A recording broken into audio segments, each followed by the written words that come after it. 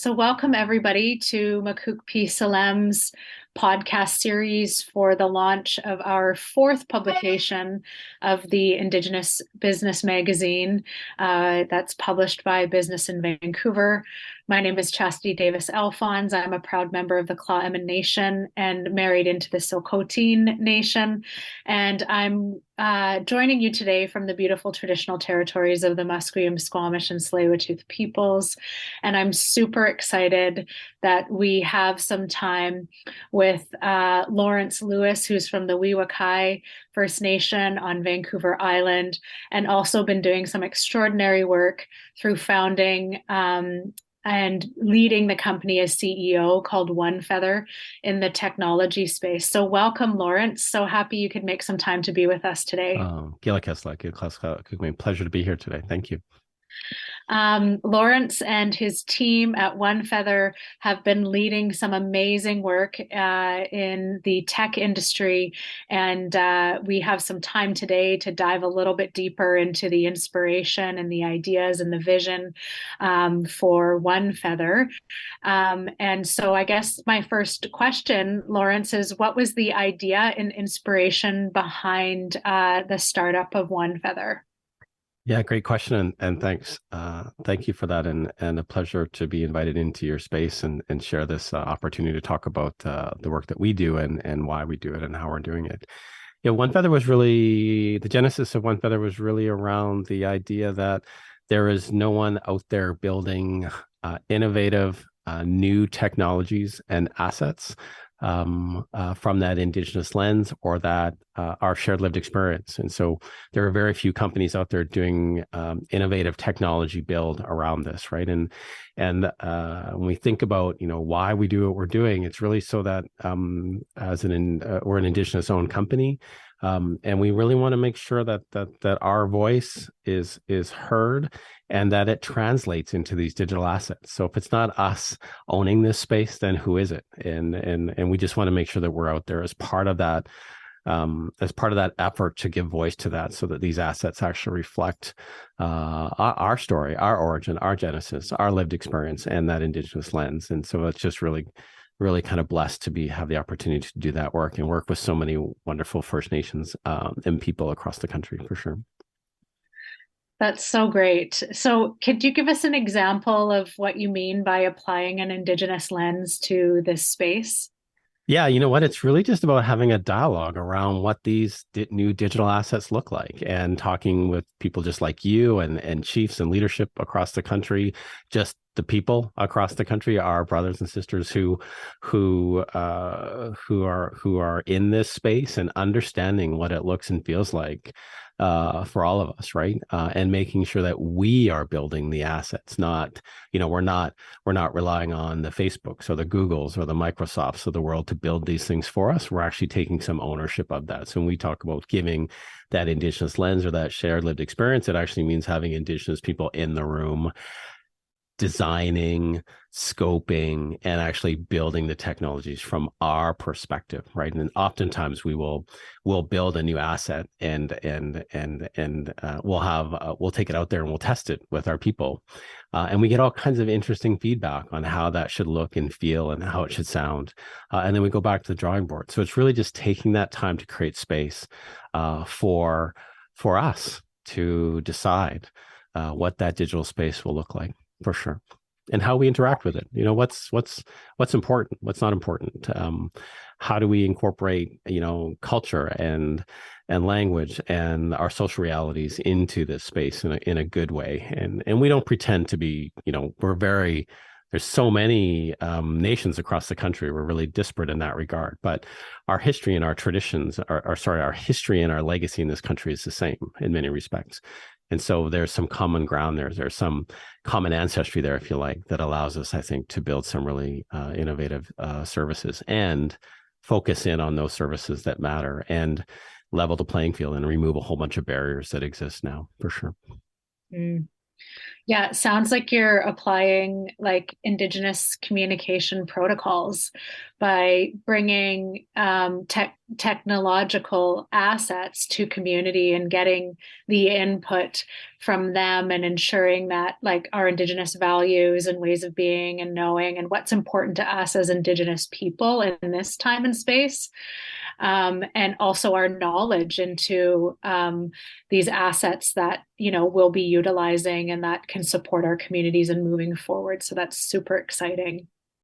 Yeah, it is. It's really super exciting. And one of the core problems, or one of the kind of core things we're addressing is how do we as Indigenous people design and define what sovereign Indigenous digital identity is. And so that's a conversation that's ongoing, and we continue to have that. And OneFeather is leading in that space in the sense that the services we provide the starting point, if you like, for that digital identity verification authentication, and unlocks access to those entitlements and benefits and services and programs that we should have access to, which currently often are blocked, or there's barriers because of the antiquated processes that exist, or whether by accident or design, those institutions in which we go to receive or participate or access are discriminatory, are oppressive, are biased, and they're just antiquated to begin with. And so we're really excited to be providing a new way of accessing those things in a way that hasn't been done before. And so we're innovating in that respect. So we're out there breaking new ground, if you like, and charging through the forest and doing our best to get it right, but also making space for that feedback loop and that other input to make sure that if we need to adjust course or correct something, that we can be really agile in doing that and really respectful of our people in that process.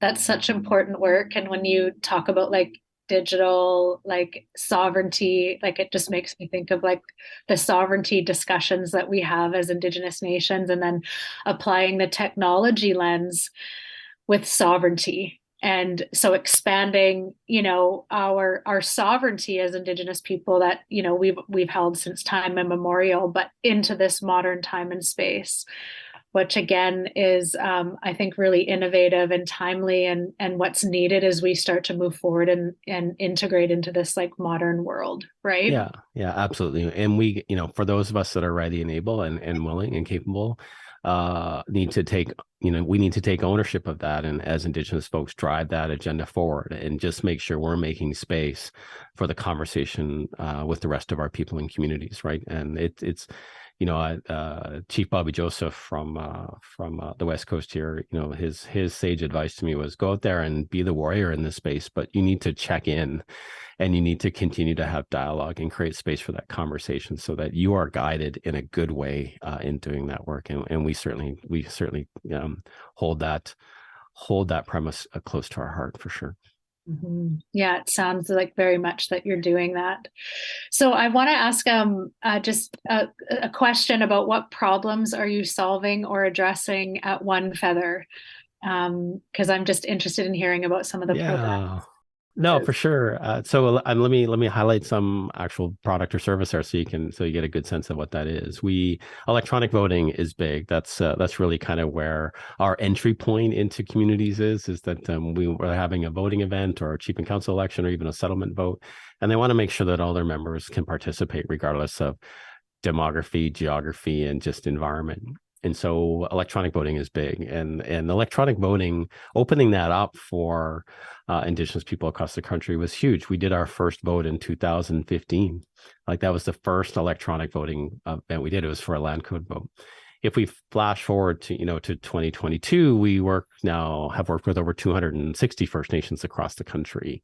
Last year alone, over 50,000 Indigenous people cast electronic ballots in some form or another in their communities, and that's for that, just endless smile on my face about that, because that's potentially 50,000 of our brothers and sisters who couldn't participate before because they live too far away, or the weather's not great, or just for whatever reason they're not able to do that. So again, it's about removing those barriers to participation and driving down the cost of participation. So that's one example of that electronic voting component, and huge uptake. Our people really love being early adopters of this technology, of these new technologies, and they embrace it and they give us all kinds of wonderful feedback on how to make that better and do that better. So that's one example.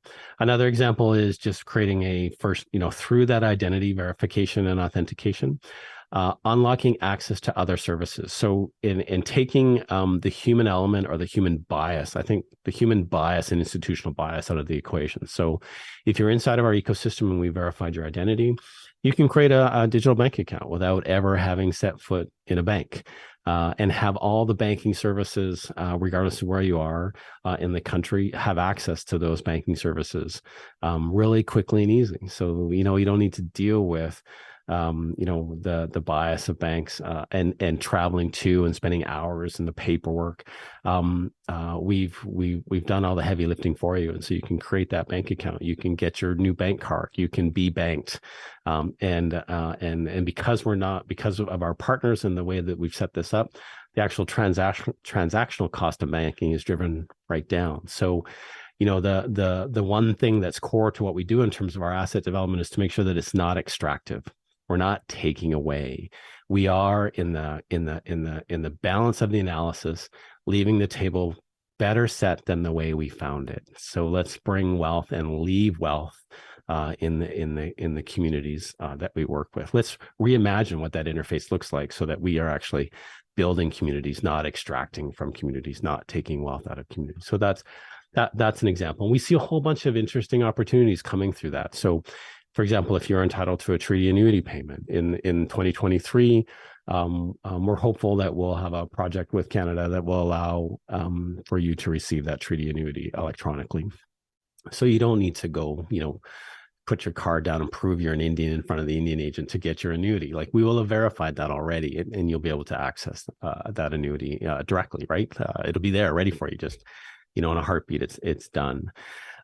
Things like status card renewal. If you're inside of our ecosystem and we've gone through the identity verification, you can renew your status card on OneFeather online, right? You don't need to go get a passport photo. You don't need to go to an office and again sit in front of an Indian agent and prove that you're Indian, right? And I just use the term Indian because that's how the Indian Act defines it, right? But remove all those things that just cause us pain and angst, and let's take those things out of play. One of the really exciting things that we're working towards in 2023 is GST or HST exemption at point of sale. So if you are an Indigenous person who's entitled to that exemption, we're going to roll out some technologies next year that allow you to make that purchase at a point of sale and get the GST and HST exemption automatically. You don't need to fill out any paperwork. You don't need to sign anything. You don't need to show any ID. It just happens quietly behind the scenes.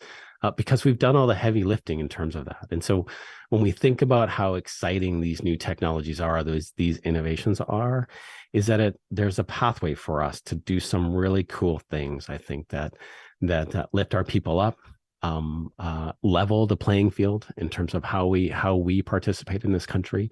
And to be quite honest, hold Canada and government accountable for unlocking the wealth that they hold in trust for us as part of that unique relationship that we have with Canada.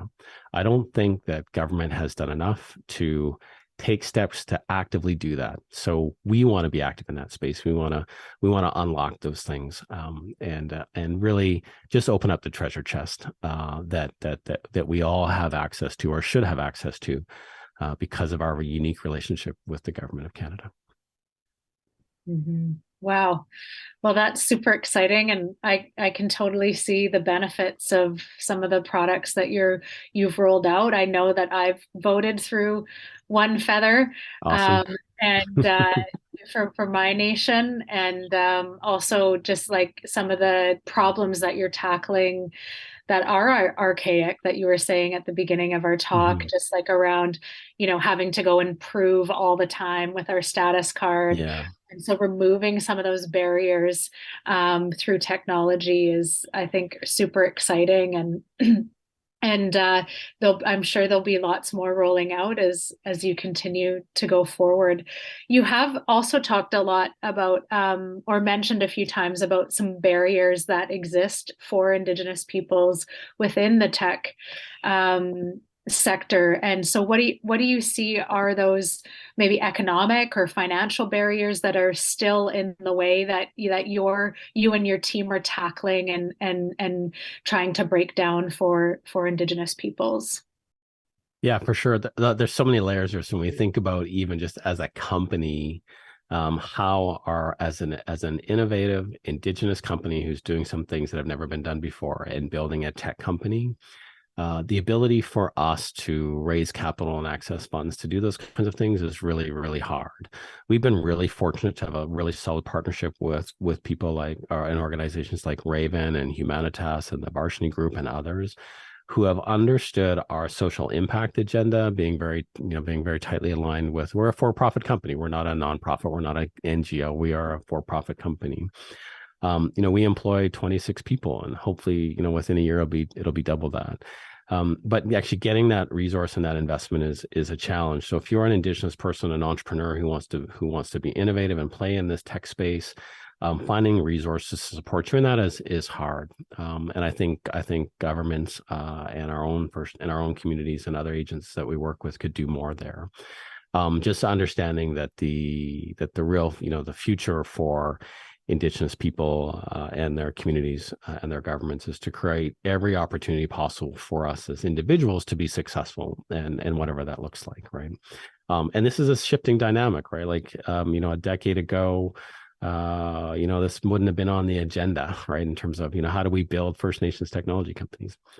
So I think that conversation needs to be ongoing. And there's a lot of trust companies. There's a lot of investments that are happening out there that I think from an Indigenous perspective that could be redirected from resource extraction into technology development. So I think a refocusing on how we as an Indigenous people invest our wealth, I think a shift needs to happen there. And then right through to, who works in these companies, right? How we really struggle with finding Indigenous full stack developers and expertise. And so we see people coming through the system, education system to do that. But we're behind the curve there. And I think a lot of investment needs to happen there to ready our people to participate in this technological age and understand that doing that does not necessarily mean that you have to give up your tradition, your values, your principles, and where you come from. Excuse me. In fact, all of our tech team work remotely.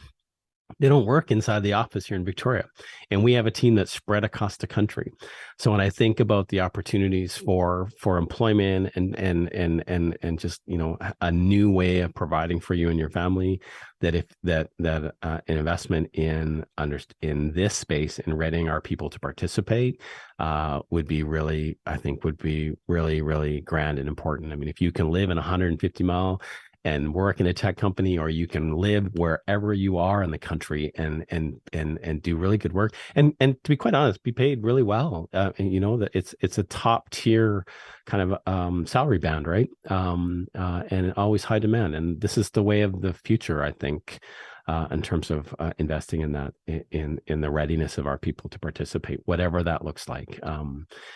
And just creating space there. But we have a hard time recruiting Indigenous people to play that technical or high technology in an innovative contributing role.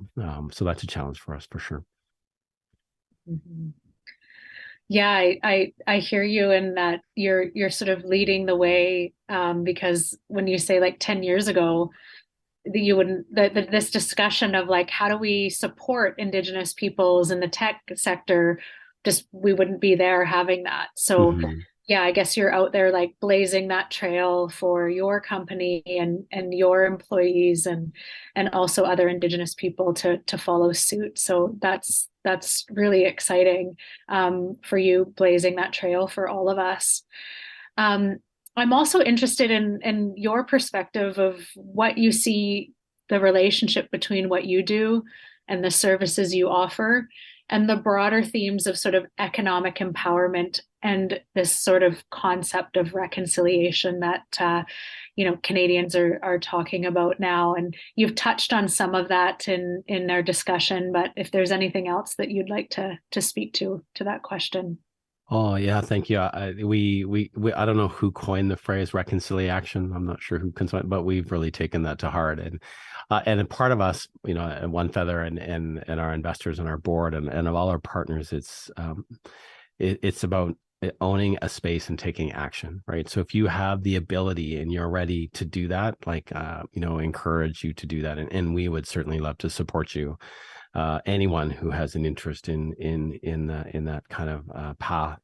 But because we're fortunate to the work we do here, so we have to have some ownership, and we need to take action, and do it in a good way. And so when we talk about, our purpose is to redefine that indigenous digital experience through innovation and tradition.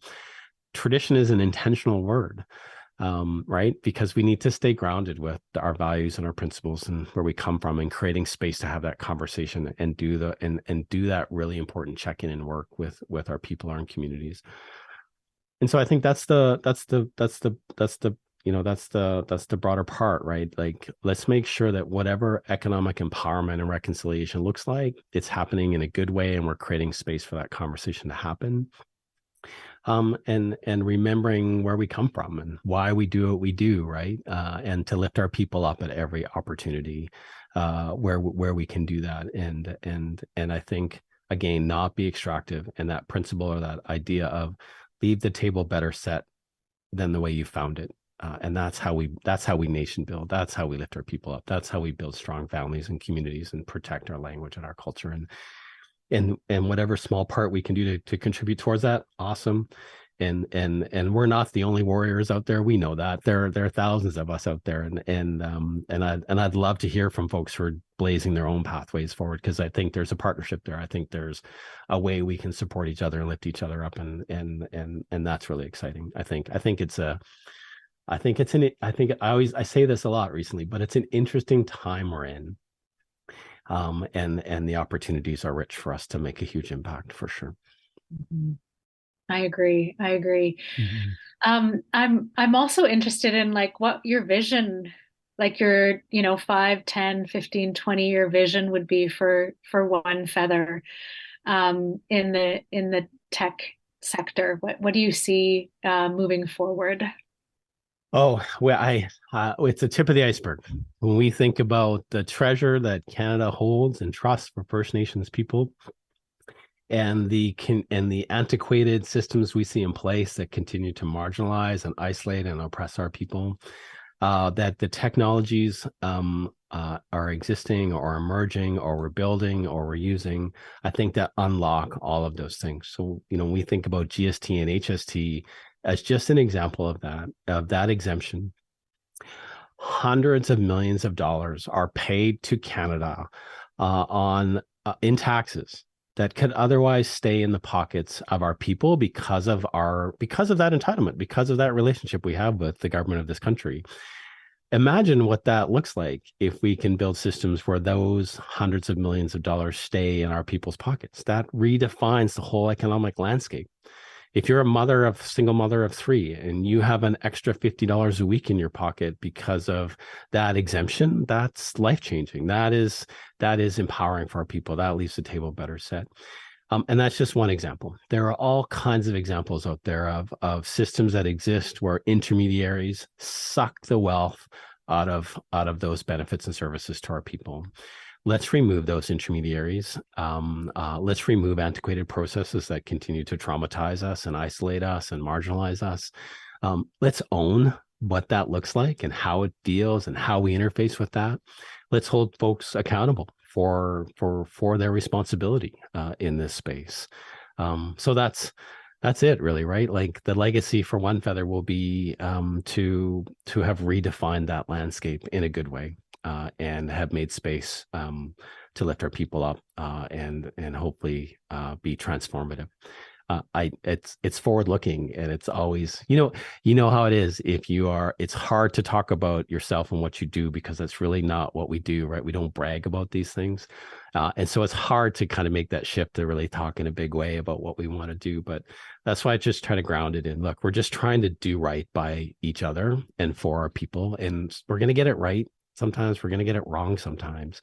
But we're going to have a conversation about that, and we're going to pivot, and we're going to shift based on what we learn in that space every single day to serve our people and to look after each other and be kind and generous and just come at it from a place of love and kindness, and just a tremendous respect for all of our people and their lived experience, and just try to do the right thing. Well, that's a super inspiring vision. Just one last question for you as we wrap up here, Lawrence. You've been so generous with sharing your knowledge and your teachings and your values and all the wonderful stuff you're up to. But we have many mainstream business people that listen in to the podcast, and some of them in the tech industry and some of them just in the broader business community. And do you have a call to action for them, or do you have, anything like that you'd like to ask, or to just, some advice about supporting Indigenous peoples, and maybe specifically OneFeather as you continue to blaze the trail for Indigenous peoples in the tech sector? Yeah, great question. I'm cautious to give any advice on anything, but if I was to offer anything, it would just be that if you are truly looking to do work with Indigenous people and communities in a good way, you need to make space and time for that participation, and you need to invest in it, and you need to be patient.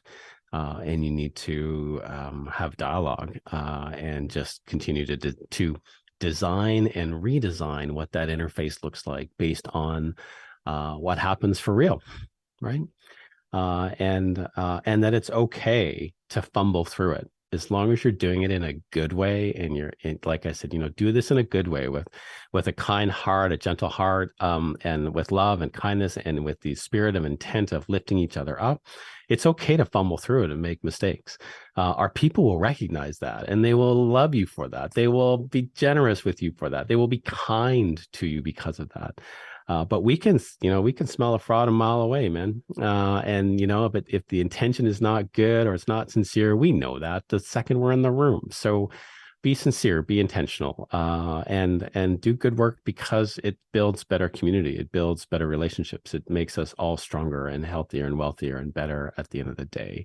So that's my advice. Just do it from a good place. Be kind, be generous, be sincere, and come with a good sense of humor, for sure.